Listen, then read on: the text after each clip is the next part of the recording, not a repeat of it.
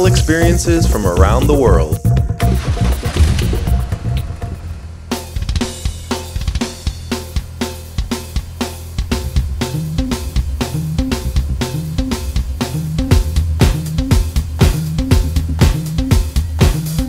It's day 4 of my road trip, and I have traveled 1,272 kilometers so far. I've explored Sofia and Bucharest, and I'm heading north to Brasov, where I'll spend the night. The route is 171 kilometers, and I'll need about 3 hours to get there according to Google Maps. The road is 2 lanes in each direction, with long straight stretches, and for the first 95 kilometers, the landscape is flat. Apart from the pleasure that I get when I ride a new route, I would say the ride is a little bit boring here.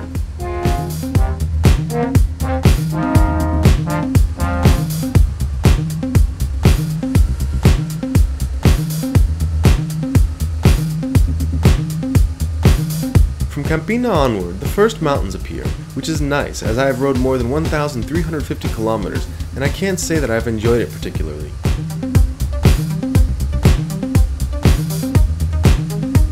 I am 64 kilometers away from Brasov and I haven't run into any traffic, that is until I reach Komarnik. Here the road passes through the town, has 1 lane in each direction, and was congested at certain points. After Komarnik, the road continues with 1 lane in each direction, and without any traffic.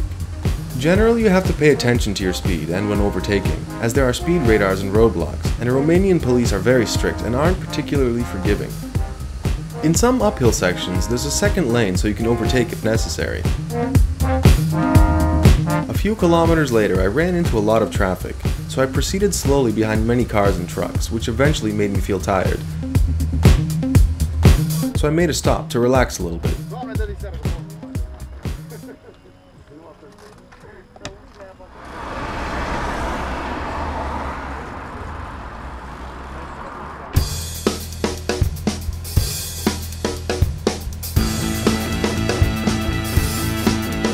I continue north and arrive in Sinaia. The scenery here didn't really impress me, as all I see are huge hotels that don't really blend with the landscape. However, Sinaia is a famous tourist resort because of Peles castle. As I get closer to it, I soon realize how different this part of Romania is from what I've seen so far. Taking advantage of the popularity of the Carpathians as a touristic destination, there is a charge for everything, even parking motorcycles.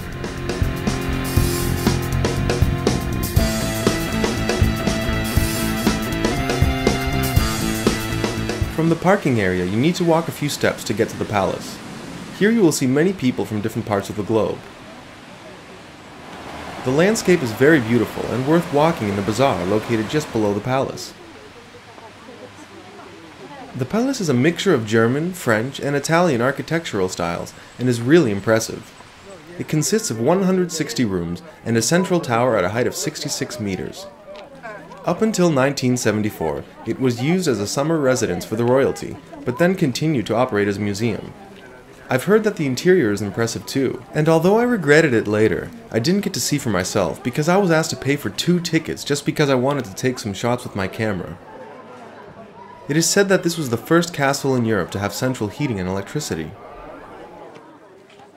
The area around the castle is really nice, and if you want to enjoy a coffee or a meal, there is a restaurant just below the castle. I sat here for about an hour and a half, and then headed off to Brasov.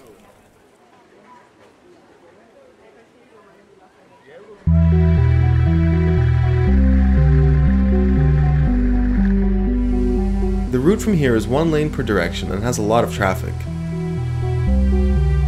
Fortunately, in a few parts, the road is wider and conditions improve. Further down, there was a huge backup because someone's car had stalled, which created an incredible amount of traffic. What luck!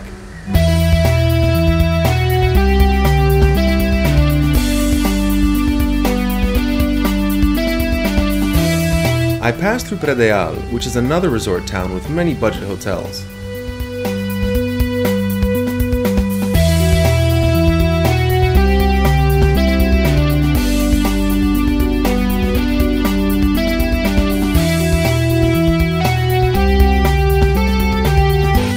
I continue my route descending the other side of the mountain, as Brasov is located on the northern side of the Southern Carpathian Arc. You can tell when you're about to reach the city when the road has 2 lanes per direction again.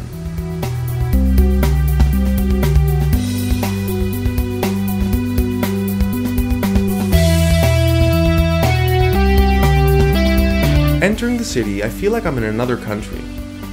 Although there are huge housing blocks too, there is a more European feel. I thought that this was a small town, so I'm surprised by how much time I've been riding and still haven't reached the city center.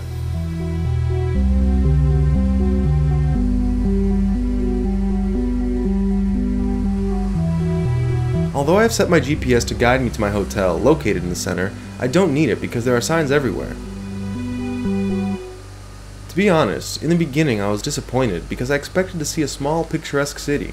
However, this completely changed when I turned off the main road and entered the old town.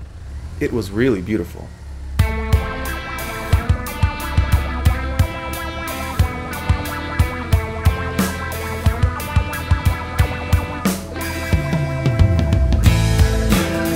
Brasov is located in the Transylvania region and has a population of 253,000.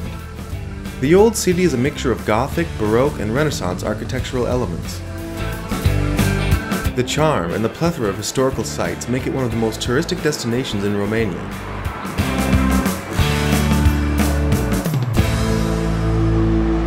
Moreover, many films have been shot here due to the medieval atmosphere that emanates. The paved walkways and colorful buildings entice you to explore every corner of the city. I definitely suggest trying a hot dog at one of the many traditional hot dog stands.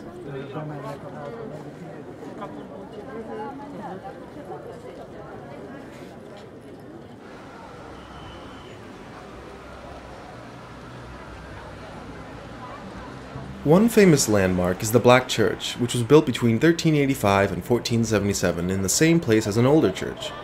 The name comes when in 1689 a major fire destroyed the biggest part of the city and blackened its walls. Restorations lasted almost 100 years, and only one of the 2 towers was repaired.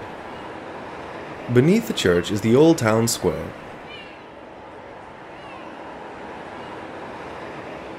People are walking around, kids are playing, and others relaxing on benches and small sidewalks.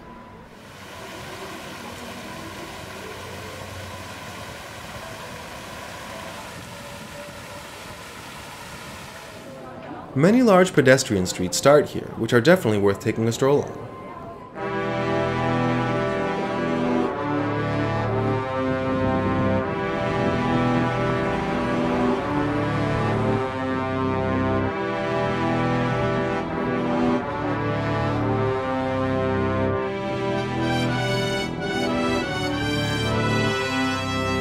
Even the city's parks are beautiful and clean.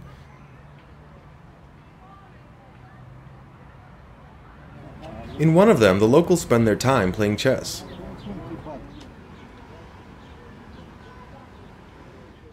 I went to walk up the hill on the south side of Brasov, where from here you can enjoy a panoramic view of the city.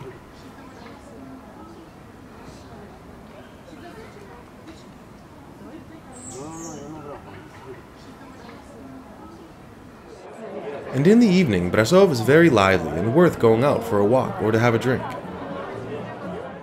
So far, the city is the most enjoyable stop on my trip.